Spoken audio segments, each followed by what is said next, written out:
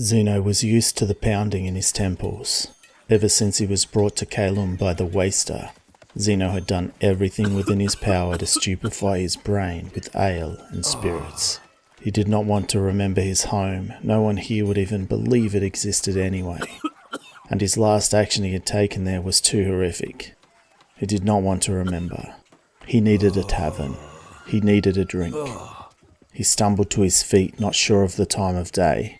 Not that it mattered. None of this mattered, really. He touched at his power. It was there. The people of Caelum called it onus magic. The ability to manipulate gravity. He laughed when he heard it. Onus. He laughed harder when he discovered what they thought a powerful onus mage would be capable of. He eclipsed them all. Something happened to him before Rel the Waster had taken Xeno from his home. Xeno could shake this city to the ground if he was so inclined. He realised he was unsteadily wavering on his feet, looking into nothing in particular. Thankfully, some of the alcohol he consumed last night was still addling his mind. He had no interest in touching memories. Then came a welcome distraction, in the form of a punch to the face. He was being robbed. Give us your silver, you drunk.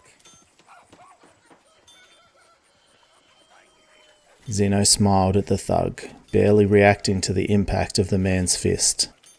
His sharp blue eyes contrasting with the red blood gushing from his nose. With how unhinged Xeno looked, the three would-be assailants paused a moment, was all he needed. Charging his fist with kinetic energy that came so naturally to him, Xeno slammed it into the palm of his other hand. The impact of the hit was actually felt by the attackers as they flew backwards like they had been kicked by a horse. They scrambled to their feet.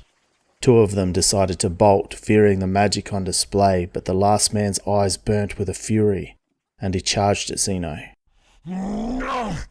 The drunk was not capable of dodging the resulting punch to the jaw, but as the blow landed he swung his open palm to the side of the attacker's head, and with a massive crack the thug flew across the alley into the wall, dropping to the ground, almost lifeless. Xeno had stumbled from this encounter but still held his feet. He gingerly made his way over to the now collapsed man. His unsteadiness was more due to the nausea he felt from the hangover than the blows he had received in the fight. He sneezed and a massive blood clot shot from what was probably a broken nose and landed on the thief. Xeno noted the man was unconscious but still alive. He reached down and snatched the thief's purse. It was already heavy from the day's takings and would help keep Xeno in his preferred stupor for at least a day or two.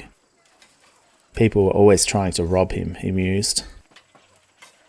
As he looked up, he saw two impoverished young boys staring in shock at the events they just watched take place. Xeno smiled and fished out a good chunk of the silver from the purse and handed it to them. He then turned and retched his guts up, vomiting all over the street. Time for some more ale, he thought, and walked to the nearest tavern.